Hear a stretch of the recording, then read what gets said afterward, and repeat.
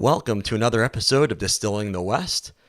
As you guys can see, we are one person short. Dan is unfortunately homesick today, so it's just me. But today we are talking with Julia Bringolf of Cash Butte Distilling, a farm-to-bottle distillery, turning Washington apples and grapes into exceptional craft spirits. Welcome to the show, Julia. Can you introduce yourself Thank to our you. listeners? Yeah, I'm Julia Bringolf. I'm the CEO of Cash Butte Distillery, where we farm apples and make memorable craft spirits. Great. And so you don't just do craft spirits, right? You kind of have another No. side hustle, I guess, or maybe that's the main hustle. Well, I would say the craft spirits is my side hustle. We are apple farmers first. So I spend probably a little over half my time managing a over 600 acre organic apple orchard. It's kind of split into two entities, but we Okay. won't get into the semantics there. But we farm over 600 acres. We are exclusively or on the road to be exclusively organic. Very cool. And that really is what we do first. We grow apples for the fresh fruit market. And Cash Butte was born out of a way to say, okay, what do we do with the apples that don't make grade? Right.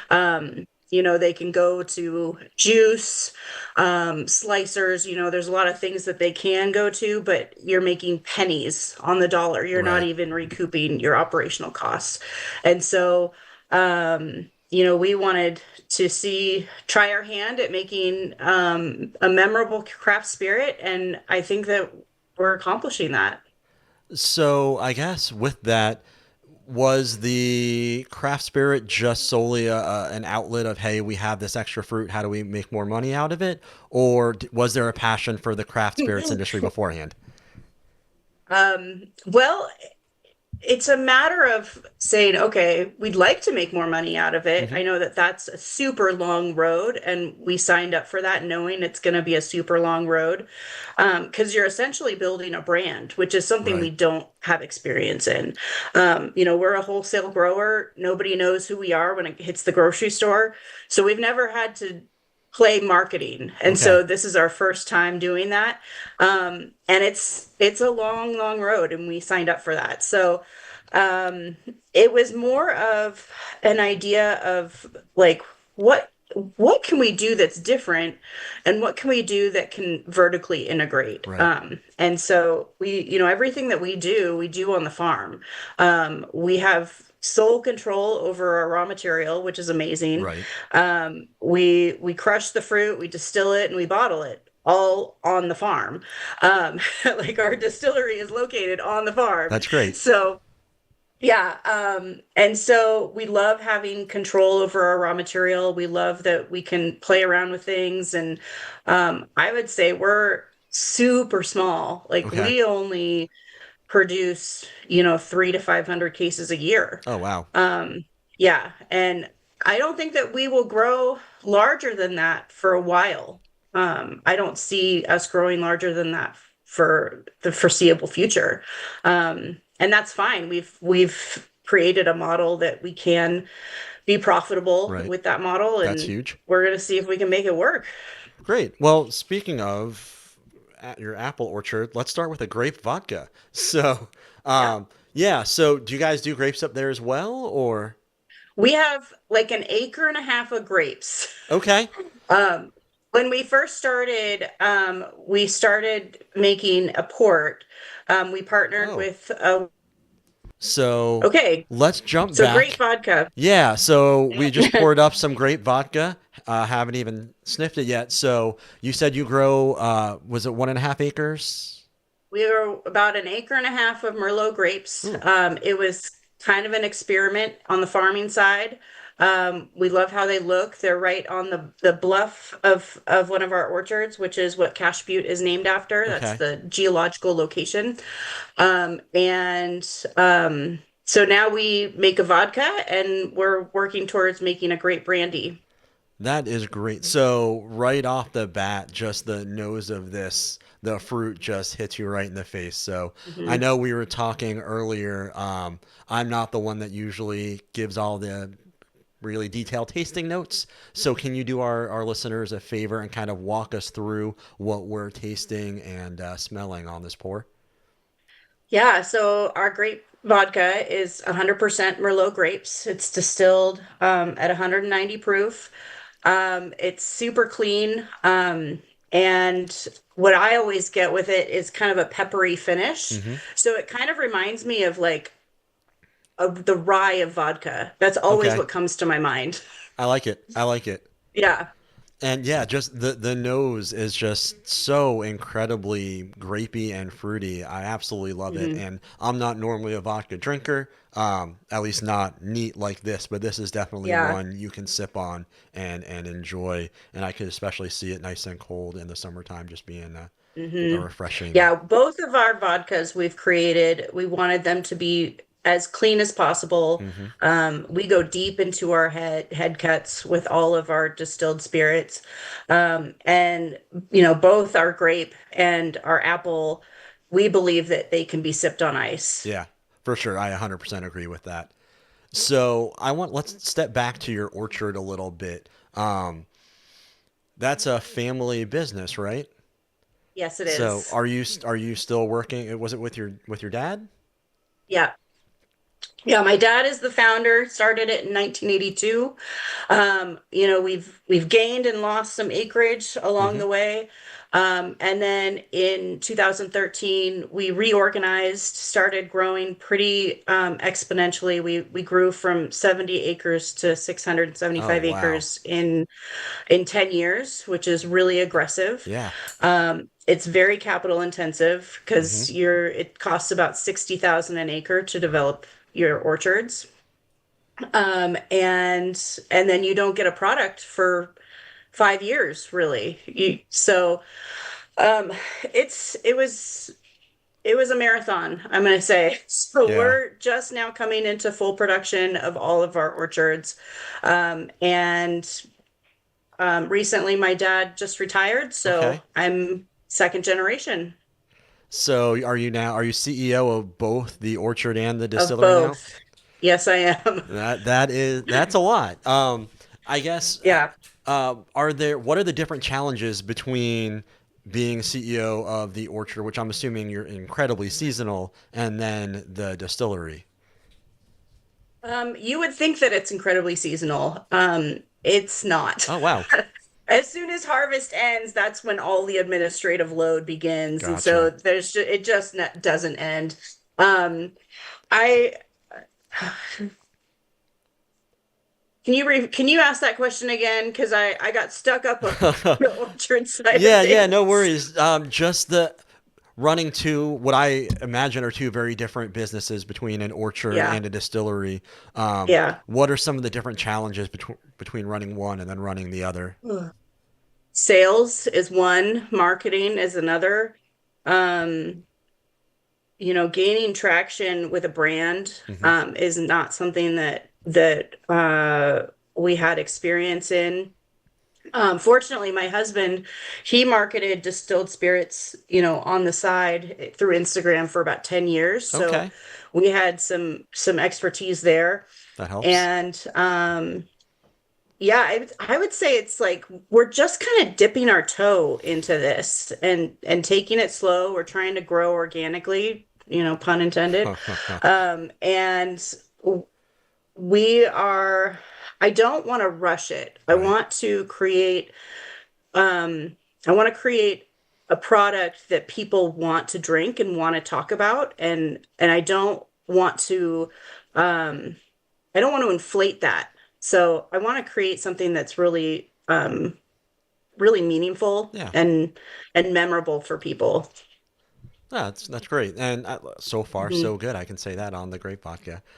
Um, so I think I read you was it you got your master's and then wrote up the business plan for the Yeah. distillery, and it was an award-winning business plan. Was Yeah. that part of the So I master's did that. program? Yeah, I did that in grad school. So, we got our license in late 2017. Hmm. And then I wrote the business plan. It was basically a part of my curriculum. It was Okay. it was something I opted in for, but it was totally a learning experience for me. I went to Seattle University for my MBA program, and they have a pretty well-known business plan competition, Okay. and we placed fourth. We were finalists, and that was probably worth every penny that I spent on the entire degree. It Yeah. was that experience.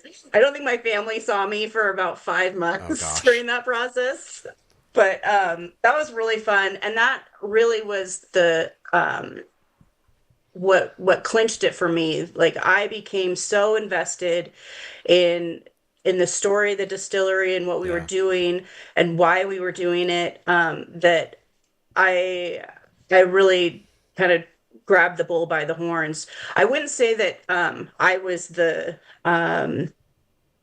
brainchild. That was not mine.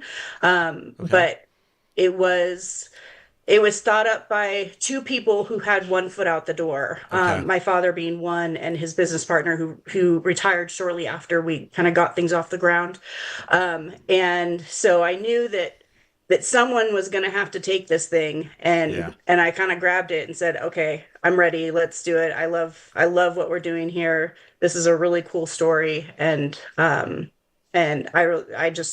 love the whole process." So That's great. And yeah, it seems like it's started off quite well. Um, you well, it started. you you mentioned that so the orchard was your dad's, and it sounds like you. I think it was before the interview started. You mentioned that you're working with your husband. How is it Mhm. working so closely with family? You know, it has its challenges. Family business can be super messy. Hmm. Um, I'm super lucky that I work really well with my dad. We kind of are very similar people. We work in similar ways. And so that hasn't really been a challenge. But I knew going into this, I didn't take the commitment lightly. Okay. When the orchard started growing, my dad knew that he needed a successor. And so we started talking, and I thought about it for probably a year before I made the commitment. And because I knew, I was like, this is a family business. If I'm Yeah. going to commit to this, I'm in it for life. Yep. And so, it was just kind of one foot in front of the other. I got my master's degree, and then really kind of took on more and more responsibility on both sides.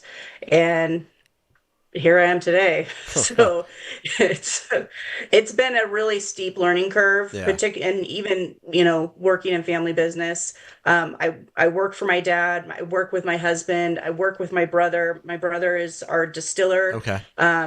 He came out of the Air Force. He served in the Air Force for 24 Oh years. wow. And we knew that, my dad's business partner, who, we knew was going to be coming out, we knew we needed a replacement. And Yeah. so after 24 years in the Air Force, I called up Ryan and I said, "What are you doing afterwards? Do you want to come work for us?" So, he has spent the last 3 years learning. We've brought in expert consultants, Hmm. and he's learned a lot. And so, we are like bootstrap business. We are pulling ourselves up by the bootstraps and figuring it out. We are not expert distillers. We're not this Yeah. is all new to us. And I hope that I'm not like I hope that I'm not shooting myself in the foot with our listeners saying we don't know what we're doing. But we're entrepreneurs, Yeah. and we like to figure it out. So, and it's fun. It's just been a really fun process along the way. Well, that's good. I mean, if it wasn't fun, then it really becomes work, and that's no fun. Yeah. Um, Yeah.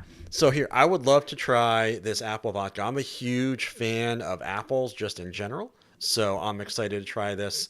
And that is that label for our viewers. It is a classic looking label. Is that something you designed or your husband or? Yes.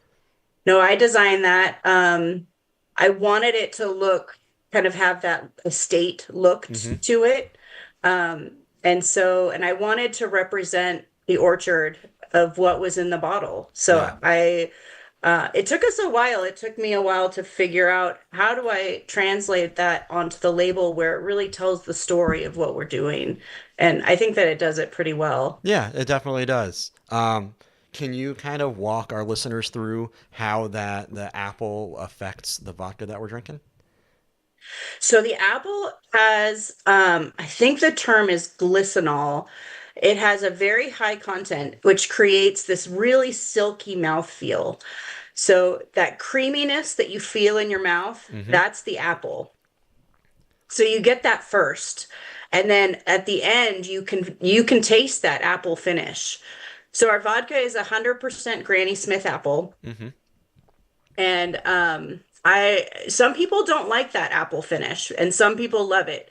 So whenever people come and say, "Okay, which one should I try first?" Like I don't, because they're just so different. Yeah. And so um I love our apple vodka. I think it goes so well in all the different things that you can do with vodka, but it's also, so clean that you can just put it on ice and sip it on a hot day. Yeah, definitely. And there's definitely a contrast between the grape and the apple, where the grape I really got a Hmm. big fruity nose, and I didn't really get a lot of the grape on the finish per se. But with the apple, Hmm. you're 100% right. I don't get it nearly as much on the nose. Like it's definitely there, but it's not Yeah. like in your face like that grape was. But that finish, it Yeah. just kind of stays with you. And Granny Hmm. Smiths are my favorite, so I like it a lot. Good. So for the recipes for these, is that something that you guys developed yourself? I mean, ChatGPT wasn't as big when you started, Yeah. so Yeah. No, this is all us. And I would say, it's where our gin comes in, that we went way off the beaten path when it comes to gin, and we're okay. really proud of that one. But yeah, it was kind of like we're messing around with what different varieties do and how Hmm. they blend, and we're still really early in that process. But when we made that 100% Granny Smith vodka, we knew that was a winner right away. Yeah.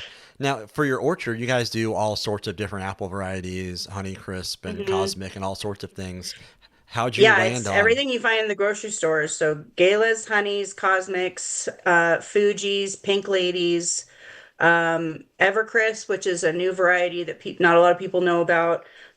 We have a couple of acres of ambrosia, Hmm, and I think that's it. I mean, that's it. That's a lot. Oh, Um, and opals. I forgot the opals. This is our first year farming opals. okay. Now, have you tried distilling with all those varieties into the vodka? Not yet, because we did one batch of vodka and Okay. we're still working through that. So, Okay. yeah. Do you plan on doing more experimenting with the different varieties or? Oh, 100%. Very cool. Yeah. Yep. So, And I mean, it just takes time. When you yeah, harvest once, there's only so many chances you get in a year to figure out your blends. So right. that's going to be, decades of us figuring that out, which is, part of the fun. Yeah, I mean, that's a lot of the fun, I think. Um, so how was it starting the distillery? Going from obviously going from apple orchards to distilling, it's a big difference. So what was the Hmm. start like for you guys? Well, it was investing in equipment. It was um, figuring out how we train our staff Hmm. to, our orchard staff to divert that cull fruit. And it was a lot of just kind of trial and error. So, we started off with a pretty crappy still, like probably most people do. Yeah. We've upgraded since then. And so all of our initial operations were just so basic that there was no way to scale on those things. Okay. So it took us several years to kind of get the kinks worked out. Um, And so like we got our license in 2017. I wrote the business plan in 2019. And then we didn't go to market till late 2023. And so it was a lot of trial and error. It was a Yeah. lot of figuring stuff out. And then once we knew that we had something, we believed in our products, then we upgraded everything and just kind of said, okay, we're gonna launch and see what happens. So, is there a moment you can pinpoint where you said, yes, this is going to work? Let's take it bigger. It was when Ryan came on board. Okay. It was when I knew that I had a full-time distiller who was going to be with us for the long haul. And it was when, we hired a consultant, someone I've known for 20 years. He came in and kind of cleaned house for us a little bit Okay. and said, okay, here's what you're missing in your portfolio. And we started, really we started making the vodka and we Yeah. started doing a lot of things. And when we knew that we could do the clear spirits, because we were playing with the brandy for a long time and Right. it was been aging and figuring it out. Once we knew that we could do the clear spirits and have a cash flow product, that's really when we said, okay, we're ready to do this. Okay. So you did start with the brandy first. Hmm. Very Yep. cool. I'm excited to try that. We're gonna Yeah. try that here in a little while, but I know you also are dabbling in whiskey as well. Where did Hmm. that come in for you? Well, everybody wants a whiskey. Yep. Our flagship product is the brandy. Yeah. That's what we're most proud of. And that's what we will, sing the anthem for Hmm. is our brandy. But we knew that is people are not interested in it. They don't understand what it actually can be. Yeah. And so there's a lot of crap brandies out there. This is true. Like a lot. And so, we want to change people's mind on what brandy can be. Yeah. But you need something that's gonna like get people in to be Hmm. like, okay, I like whiskey, try your brandy. Yeah. And I hate that that's what we have to do as apple farmers. Right. We want to create this beautiful product made from our apples, but we knew that we needed a whiskey in our portfolio. And yeah, so we do source it. Okay. We're and just we source the low wines, we distill it on site and age it, but it's not we don't grow grain, Right. we don't have a mash, we don't have that capacity right now. Yeah. So but we love knowing that we can source it and have control over that means that we're only going to put out a whiskey that Right. we absolutely love. Yeah. So cool. So you started off with the brandy, and then you switched into the clear spirits just as a cash Hmm. flow, which is Hmm. I don't know if brave's the right word. A lot of people start with the clear spirits just to get that cash right off the bat, and then experiment with brandies and things like that.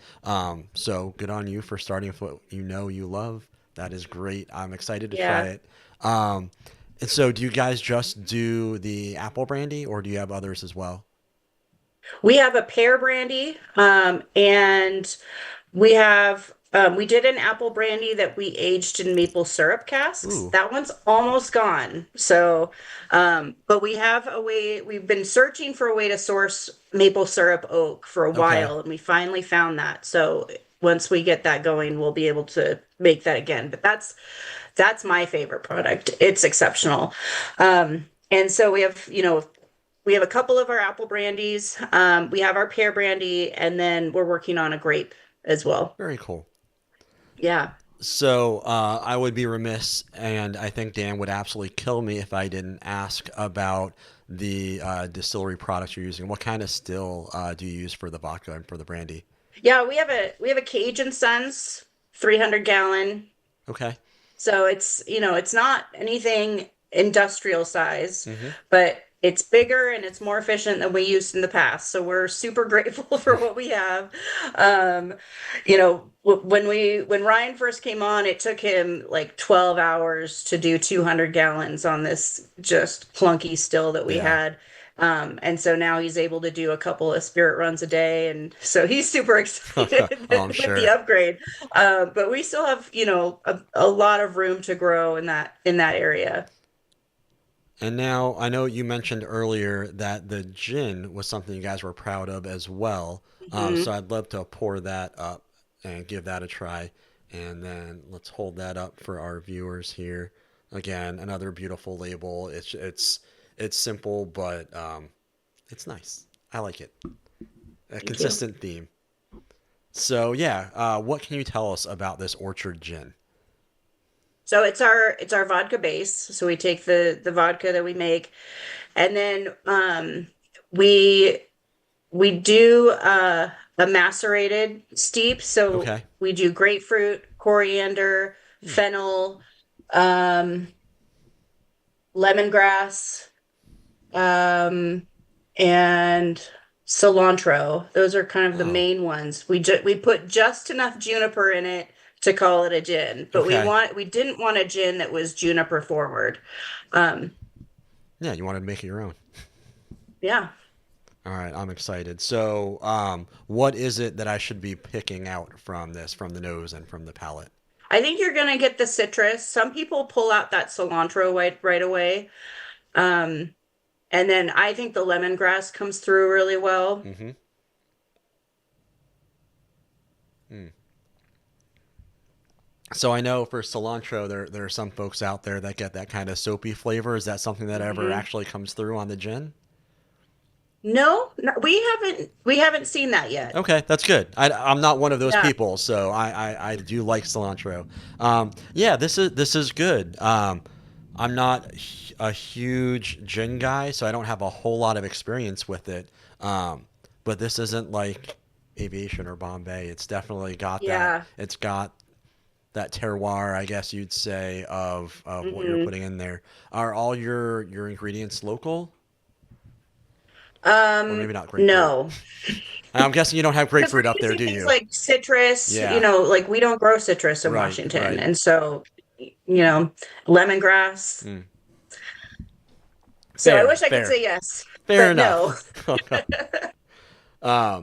So yeah, have you tried different varieties of gin, or did you find this recipe and then just kind of fall in love and stick with it? Well, we made the recipe. We tinkered with the gin recipe for probably a few months. And so, we put stuff in, took stuff out, we made several batches and tinkered with it for a while and we landed on this one, loved it. We still get a lot of criticism that there's not enough juniper. And so we're working on a second one Okay. where it will be a little bit more juniper forward because we are getting feedback that that's what people want. Yeah. But we're putting our own twist on it. So we're excited to see that we're adding some natural color to it. So right now we're Okay. trying to figure out if that color is going to hold. So we'll see. Well, yeah, I do like this so far. I'm curious to see what the more juniper forward version is going to taste like. Um, s- I don't love juniper forward gins, but mhm. this one actually I could drink that one on a hot day for a long time. And I know that people toot their own horn and want to drink their own spirits, but Right. um I don't like drinking a pine tree and it's not a pine tree. Good. So So, are you a spirit drinker yourself? I am, yeah. What's your outside of your own? What's your spirit of choice? Mhm. When it comes to whiskey, um I can't think of it right now, which is really bad. Um Is it whiskey though? Is that your go-to in your liquor cabinet? It depends. Like in the winter time, it's whiskeys. In the summertime, it's usually gin. Okay. And so I love Scotch. Brook Laddie is one of my favorites. I love the classic Laddie. Um, and um, and then I love, certain bourbons. And then as far as gin goes, I'm pretty like I'll try pretty much anything. I Yeah. love Hendrix. Okay. That's my favorite gin. I like the what's the purple one? My memory's not serving me right now. Uh, Um, I'm not sure. Dave, do you know the purple gin? We're getting silence it's all right. as he quickly Googles purple gin. It's out of Canada. Okay. All right. So gin, and then some scotch, huh? Hmm. Yeah, Nice. those are like my two go-to. Empress. Empress, that's the one. Interesting. I don't think I've ever even seen that before. That's a cool gin because if you add different things to it, it turns different colors. Oh, interesting. It's kind of a chemistry project. It's really Nice. fun. Very cool. All right. So Yeah. back to your stuff. What? So what is your day to day? I know you said it's a relatively small still compared to what some other people are running. So do you Yeah. run a couple runs of the clear spirits every week and then switch to more brandy, or how does that We're look like? super seasonal. I Okay. would call it like we're not a day to day, we're a season to season. So we just came out of harvest Mm-hmm. where Ryan is crushing the fruit, you know, 10 hours a day. Yeah. So he just crushed a little over 200 bins of fruit. A bin of fruit is 900 Oh pounds. wow. And then he fills all of our tanks, which we have, oh, what's our capacity? I think it's like 15,000 gallons right now. Okay. Um, and then right now we're waiting for things to ferment, and then he'll start doing the stripping runs probably in another week or so. Okay. So this is the first. Once harvest is done, then he starts doing stripping runs. He gets everything stripped, and then he starts doing spirit runs, and that's when we start to play around with different recipes and different blends. And so that doesn't really happen until like late winter. Okay. So after Yeah. Christmas. Yep. Very So we cool. have like two cycles. I would say we have two cycles a year of that. And then for the bottling, are you doing that all on site, or is that something that's done Mhm. externally too? That's all on site Yep, we there. do all the bottling. So we try to source as many people as we can to come bottle and Yep. you know. So throw bottling parties. Hmm. Very Yep. cool. Um, so let's see. We're trying the gin right now. Do you have a preferred gin cocktail to make with this? I love martinis. That one would be with a twist. I don't recommend an olive just because of the nature of the raw material. Yep. Um, yeah, gin and tonics, you know. That's my go-to with gin. Basically, Yeah. anytime I have it, it's always the gin and tonic or gin and soda, something like Hmm. that. So, But I love gin, gin and martinis. okay, That's been my drink for years. nice. So you guys just finished harvest season, and you said right now you're mashing or um, how did you call it? Fermenting. Fermenting. Okay. What is Yeah. that process like for you guys? Well, the juice goes into the fermentation tanks. We'll pitch yeast, and then four of our fermentation tanks right now are temperature controlled. Okay. So we're able to control that fermentation, and then we kind of move things around as we need to have more control. We just got two very large tanks outside, and we're getting those set up to be temperature controlled. So that'll be helpful. Um, but then, once we reach a certain point, then we can start running it through the still. And then, how do you determine, or is there a way to determine what you're sending towards the vodka, what you're sending towards the brandy? Our brandy is a mix of all of our varieties. Okay. We found that that's kind of the best recipe for the brandy, and then for the vodka, I don't know if we'll do another vodka run this year.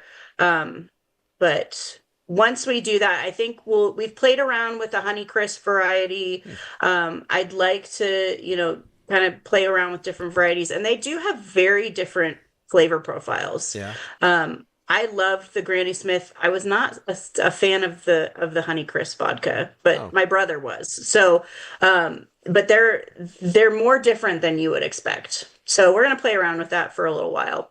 does the Honeycrisp add certain sweetness to it or something like that that's just No, different for you? it had a different finish to it, and Okay, had a different mouth feel, which hmm, was really interesting. that is. I've been eyeing this brandy basically this whole conversation. So this is the Washington Apple Brandy. Um, oh, I'm holding it to the wrong. I'm not used to having two cameras here now. So this is the Washington Apple Brandy. So you said it's made with a blend of the apple varieties. Is it Mhm. literally everything that comes off your trees, or certain ones? It's everything that goes through crushing, which we don't always hit all the varieties all the time. We've never this was the first year that we've crushed Cosmics, and we haven't crushed Pink Ladies yet. So it's all the other ones. Okay. And so for our listeners or watchers, can you kind of walk us through a tasting of your brandy? Yeah, I would say it's very similar to a bourbon, but imagine a bourbon with an apple finish. And I would say that that's our product. Yeah, it is. It is. Oh, what was that, Dave? Our producers chiming in. Oh, I get a little smoke on the backside. Hmm. Yeah. Yeah, we've had people say that they can taste cinnamon in there. I don't know if Mhm. that's just, the association of apple and cinnamon together. And then, there's a hint of vanilla in there, but it you do get that strong apple finish. Yeah, and I think the cinnamon might come from just the heat of just the alcohol and Hmm. the spirit. It This is really good. It's really easy to drink. You mentioned that it kind of a whiskey comparison. It's it would be a very very smooth whiskey if we were going by that Hmm. note. It's just very easy to drink. What is the proof of this? I didn't even notice. Oh, it's 80. It's 80. Okay. Yeah. Yeah, this No, is it's 84. 80. Is it 84 or 86? 86. There we go. That's it. Took me a minute to find it on the label. It's right there, Yeah. 43%. So yeah, this is really good, really easy to drink, and I could see how bourbon drinkers would appreciate it. Like you said, there's that little bit of vanilla note. So you're how long are you aging this? That one's only aged for 2 years. Only 2 years. That's still 2 years. It's still pretty good. What kind of barrels are you aging it in? That one came out of French oak. And then we're now playing around with different. So we've played around with used barrels. We have some brandy in some old Weller barrels right now. We're playing around with American oak. We just got a couple of the stainless steel Okay. barrels. Have you Mm-hmm. seen those? Where you can kind of play with different oak inside Yeah. and pressurize it and kind of force age a little bit. So we're playing around with that. We do love a port finish brandy. We've done that a few times just to kind of our own R&D. Yeah. Um, but yeah, that one you're drinking is French oak. And where is it you guys are getting your barrels from? We sourced those barrels before my time. Okay. But they did come over from France. I can't tell you Okay. specifically where, but they came over from And France. then where is it you're getting your barrels from now then? We have a few connections. Right now, we're kind of piggybacking on other people's orders just Okay. because we're so small. Yeah. So there's we work with Keith Barnes through Bainbridge. Yep. We get some Great of our guy. barrels with when he makes an order. And then we also have another distiller that's down in the Tri-Cities that will get barrels with it. Okay. We'll kind of piggyback on his order. Very cool. Very cool. So Yeah. you mentioned small. How many barrels do you guys have laid up right now, aging, roughly? 16. 16? Only 16. Yeah. That is awesome. And is So that mostly brandy then? that's all All brandy. brandy? Okay. Yep. Do Hmm. you have any whiskey aging on site, or is there anything else you're working on aging? No, Or all of our whiskey is in a bottle right now. okay. We're gonna have some additional whiskey come in probably in the next couple of months that we'll, distill and put in a barrel. But our first batch of whiskey almost all sold out. So, which I don't think is, necessarily a bad thing. No, it's a good thing. If people have to wait a little while for Yeah. our next whiskey batch. So, And now you mentioned that you're aging some of your spirits in was it port barrels. Is that from a local mhm. winery up there, or? Well, we made port in the very early years. That was one of our first products. We partnered with a local winery. We made port. I'm not a port drinker, and Okay, so once the one of the founders moved on, hmm, so did the port. So, fair but enough. what we did get was some great port barrels that Okay, we could play around with. that's cool. That technically it's still all your own stuff. Mhm. Now, are you aging anything in your brandy barrels after you age the brandy, or do you have like a trading program with any breweries or anything like that?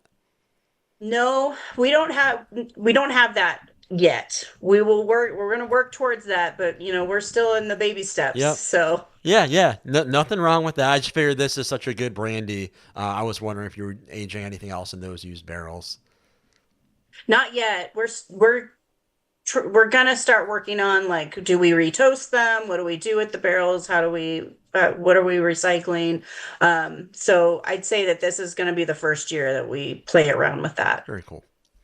So, speaking of new projects, do you have any new programs or anything fun that you're working on that our listeners might be interested in? Yeah, our newest the stuff that's coming out is the pear brandy Hmm. that is just I think we just released that. We're playing around with the grape brandy, we're playing around with whiskey.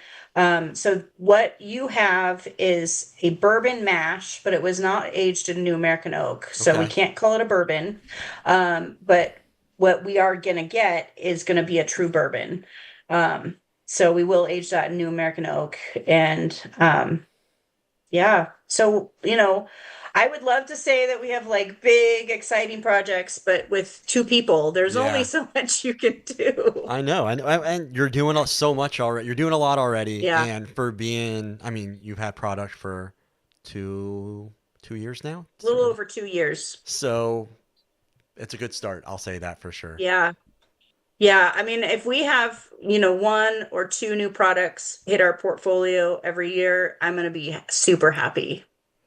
And considering that you're essentially, for a lot of it, taking waste isn't the right word, but taking not your top tier product that you're going to sell at grocery stores and turning it into something as excellent as this is is pretty great.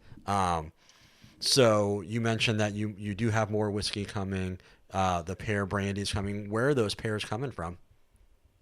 We source that from a local grower. So we Okay. don't grow the pears, but pears make such an amazing brandy Yeah. that we couldn't pass up that opportunity. And when you're a grower, you're so tapped into what other growers are doing and how to source their coal product as Hmm. well. So it's not a hard thing to get access to those bins. And it was like 15 bins. Yeah. So in the scheme of processing 200 bins in a year, 15 bins is not Right. is not a lot. It's nothing, So especially when it's your it's brother enough doing the to have work, right? fun. Um, I had a question that just completely slipped my mind. Oh, you mentioned that you're going to be all organic soon. Is that right? Yeah, so we have five orchards, Hmm. like they're kind of like independent, right? But they're all under one. We have five orchards. Four out of the five are organic now, Okay. and then the fifth one will transition to organic in 2 years. Oh, that's great. I guess Yeah. I know organic. I work in the cheese industry, so I know organic cheese.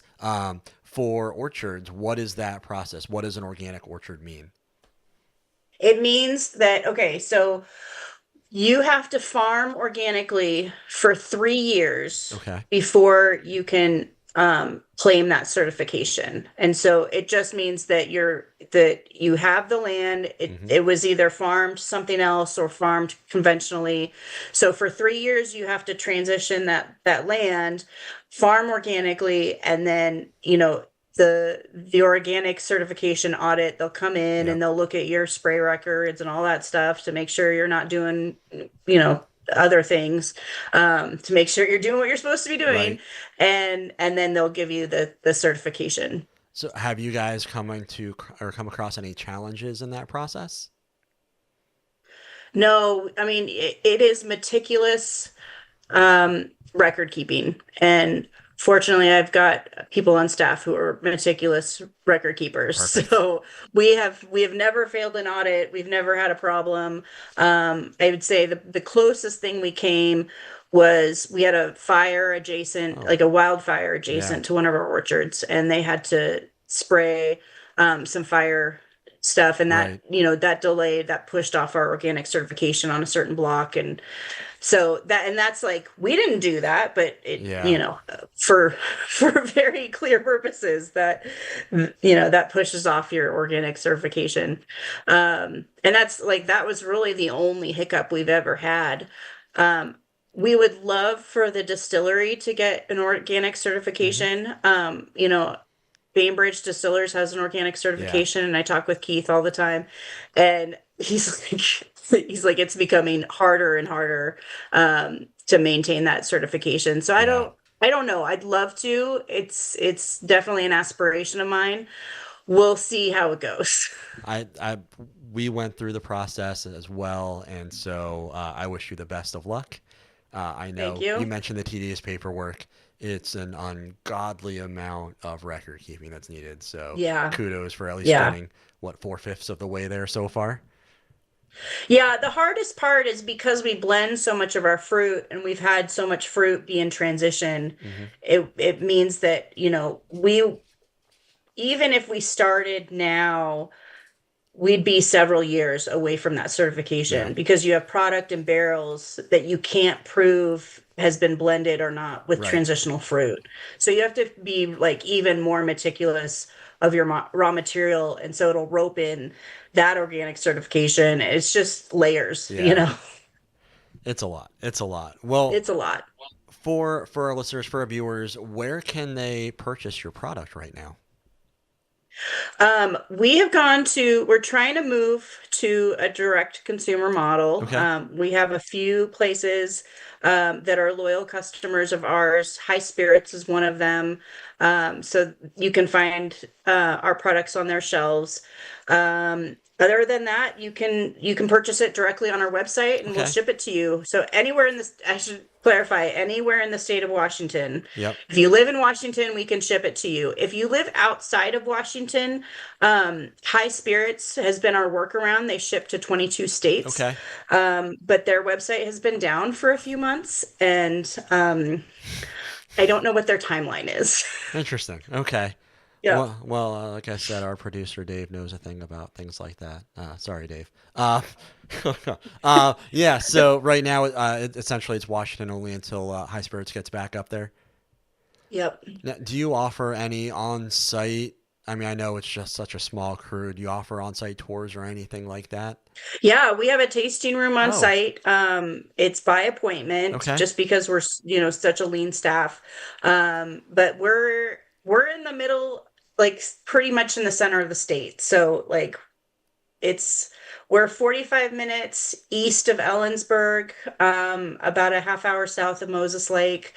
And so, we get a few people who come in and, Yeah. want to try our product, but we're off the beaten path for sure. So Well, hey, it sounds like you're becoming more of a destination too, so that's good. I hope so. That's my goal. Yeah. So, how about on the socials? Where can people find you on there if they want to check out what you're doing? Yeah, we're on Instagram, we're on Facebook, Cash Butte Distillery. Yeah, check us out. We have a pretty consistent posting schedule, and that like you'll learn about what we're doing on the distillery and also what we're doing on the orchards and kind of how they integrate together. Very cool. Does the Orchard have its own social media presence, or is it all just under Cash Butte Distillery? No, it's all under Cash Butte. Very Yeah. cool. Very cool. Well, I want to thank you so much for the time today and for generously sending us all these spirits. We did save that whiskey that you're doing right now. We're going to do that as a tasting talk with Dan here because I wouldn't want him to miss this one. So Love it. thank you for the time. And I will say cheers. I know we can't clink, but I will clink as best as I can. Cheers. There we go. Cheers.